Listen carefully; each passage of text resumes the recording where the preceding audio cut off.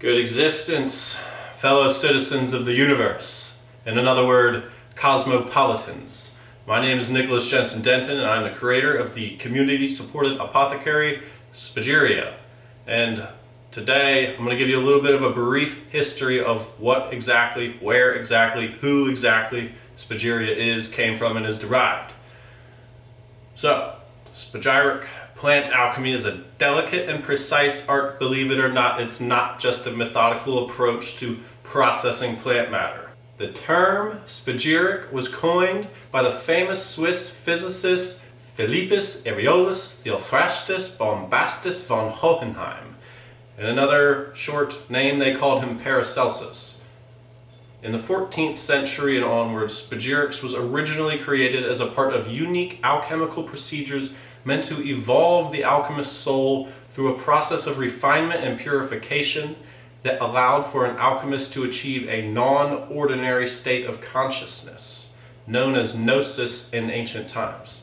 Now, within Spagyria, you have the creation of the Philosophers Stone, which is not what most people think it is, of a universal alkahest that can turn any base material into gold.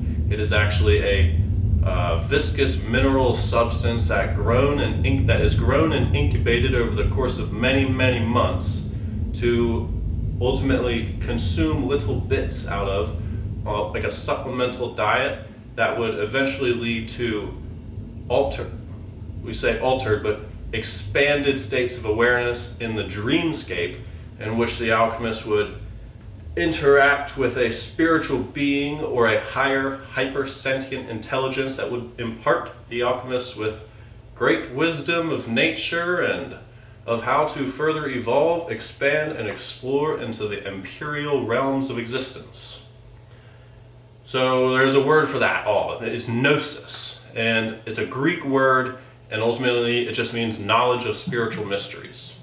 And it is really a direct reference to a communication with the supreme being, like I said, God, and its angels and various legions of spirits, which we could say that there are more spirits than there are perceptions in the universe, as the Bardo has stated. So this type of thinking that man could have direct experience of divinity was total heresy back in the day. Paracelsus, he was murdered in his sleep, and all the alchemists turned underground, and many more were even burned at the stake. Well, not many more than all, but many of the alchemists were burned at the stake, tortured to death, gruesome things the church imposed onto people. So, because of this, spagyric medicine, as a result of the political, social, and spiritual oppressions, as a truly holistic form of medicine making, disappeared for nearly 400 years. Meanwhile, because of the Enlightenment, materialist, scientific, industrial institutions began to blossom.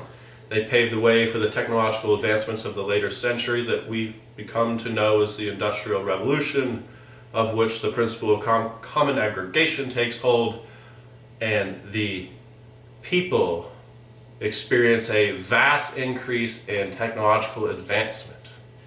And this kind of took the hold of the awareness of mankind for a while. However, in the mid to late 20th century, spagyrics received a re-enlivening of its own awareness, of its own self, and much more attention began to flood into it even in the 21st century. And so now there are numbers of pharmaceutical companies, generally speaking around Europe, that fully endorse, prescribe, and practice spagyric medicine. However, the scientific research is all done over there, and there are really no spagyric clinics here in the United States. So here, my little business is obviously the seedling of which I hope to bring that knowledge and reincorporate it back into the healthcare system that we all know and love in the Western world. So After this modern revival of Spagyria, it has become more so known not as a method of spiritual gnosis or exploration. So we find ourselves in the modern day with Spagyria having lost a little bit of its quintessence component, which truly is to communicate and to expand our knowledge into the spiritual aspect of existence. Now in modernity, it is really more focused on its chemical application in medicine and its ability to amplify the innate properties and the latent qualities of plant life, which is something we're very big on here at the CSA. In conclusion, what was once Renaissance magic is now a modern, truly alternative form of medicine that can encourage a healthy and organic lifestyle. The broad spectrum of herbal application available to our benefit truly is remarkable. The physiological component is just the tip of the surface. So if you head over to plant-based spirituality, you will see my own personal take on how we can apply these plants to the expansion and exploration of consciousness and use spagyrics to rejuvenate and revitalize our own spirit, our body, and our soul. So I hope you enjoyed that brief history, and I hope even more so that you continue to enjoy your existence.